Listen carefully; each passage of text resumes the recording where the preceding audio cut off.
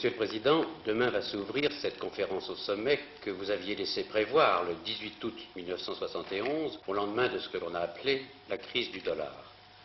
La tenue de cette rencontre au sommet a connu diverses péripéties, c'est pourquoi il nous a semblé utile aujourd'hui de vous demander de nous rappeler les raisons qui vous ont finalement décidé à inviter vos 8 partenaires.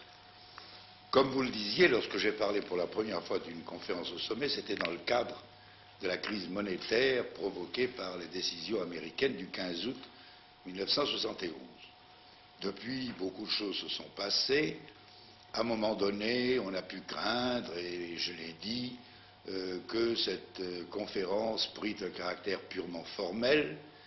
En même temps, d'ailleurs, on pouvait se demander si le moment était bien choisi, ne serait-ce que parce qu'un certain nombre des pays concernés se trouvent en situation électorale ou préélectorale.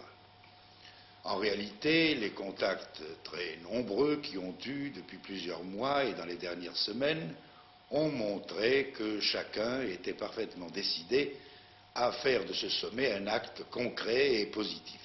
Et c'est pourquoi j'ai confirmé l'invitation aux chefs de gouvernement des 8 autres pays qui l'ont unanimement accepté et sans aucune réserve. La convocation de 9 responsables européens politiques au plus haut niveau est un fait exceptionnel. 3 de ces responsables sont nouveaux dans la communauté européenne. Est-ce qu'il est possible ce soir de vous demander ce que vous attendez de cette conférence? Vous l'avez dit, demain et après-demain vont se trouver réunis à Paris les principaux responsables de tous les pays de la communauté, y compris les nouveaux adhérents, Danemark, Irlande et Grande-Bretagne.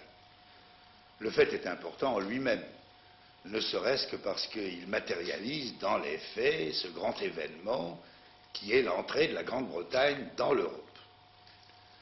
Mais j'espère fermement que nous ne nous bornerons pas à enregistrer en quelque sorte les traités d'adhésion et que nous nous préoccuperons d'une part de faire un certain nombre de pas en avant concrets et d'autre part de progresser dans ce que j'appellerais la définition des lignes générales de l'avenir européen.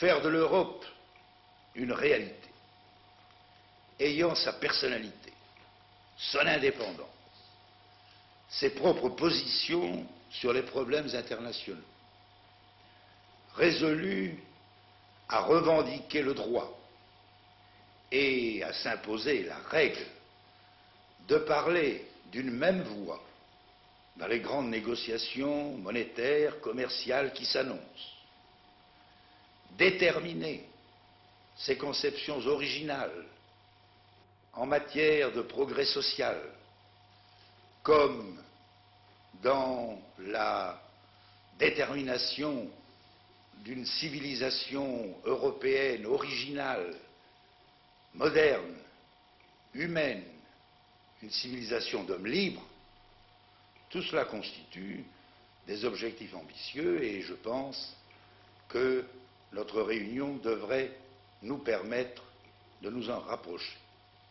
Et puis, de surcroît, bien entendu, il y aura lieu de prendre un certain nombre de décisions précises dans différents domaines afin de créer une politique européenne étroitement concertée dans les domaines économiques, monétaires, sociaux, et la liste n'est pas limitative. Et c'est pourquoi j'adresse de tout cœur mes souhaits de bienvenue aux chefs de gouvernement de pays qui sont nos voisins, nos amis, nos partenaires, et j'émets le vœu que le peuple français prenne conscience de l'honneur que constitue pour Paris le fait d'avoir été choisi comme siège de la première conférence au sommet de la communauté élargie.